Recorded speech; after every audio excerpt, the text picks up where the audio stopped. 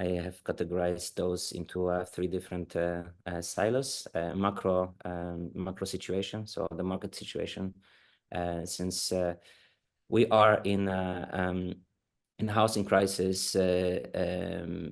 There is definitely more confidence in residential assets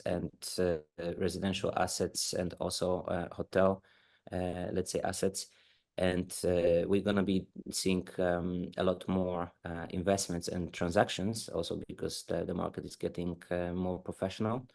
And there is high interest of private equity investors to benefit of that, let's say, early entry. And that's what I've been hearing on Mipim, that there is more and more private equity being pumped into co-living's brick and mortar, as well as opcos. And this mixed with some of the, let's say, structural or like institutional public programs that are being currently kickstarted will provide further supply. But there is also demand side of it, which is actually meeting supply. So we're gonna see definitely a better match for supply and demand disbalance. And last but not least, when it comes to this macro situation, is that there is increased appetite. So there is more and more investors, professional, and also I've been hearing a lot of institutional investors waiting for more transactions to be happening to allow for further consolidation within the market. But what is interesting here is that there is finally a shake, and there is understanding that the old school real estate needs to embrace the changes, and that they need to basically take up on this shift in demand in specialist real estate products. So those are gaining popularity.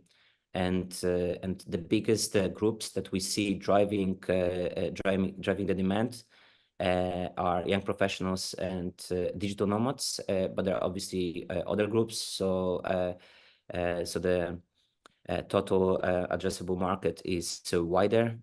On last co-living conference, we've been presenting also other type of segments that are quite promising, such as senior co-living, and that's something that is also well understood due to the increasing healthcare costs, and will to essentially solve this issue that we currently have, which is increasing cost of healthcare, and where co-living can actually help. And there is definitely common understanding overall across the board from let's say different sectors, and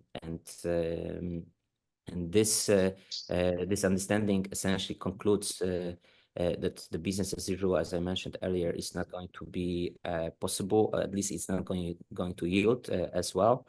And this new models such as co-living and PBSL, purpose-built shared living, will be definitely on the spotlight. So when it comes to investing, or let's say more like starting to look for different opportunities for co-living and PBSL, the time is actually now to find those suitable investment opportunities or development opportunities for the early adopters, to essentially get the most out of early entry. But the last, what is very important, and that's something that is obviously repeated everywhere. When I went to Mipim, there has been like 10,000 ESG consultants, everybody preaching ESG. We all know, how important ESG for our Mother Earth, but also for our social fabric. And when it comes to the environmental aspects, so sustainability, there is going to be, well, on European level, I can say that there is going to be massive shift when it comes to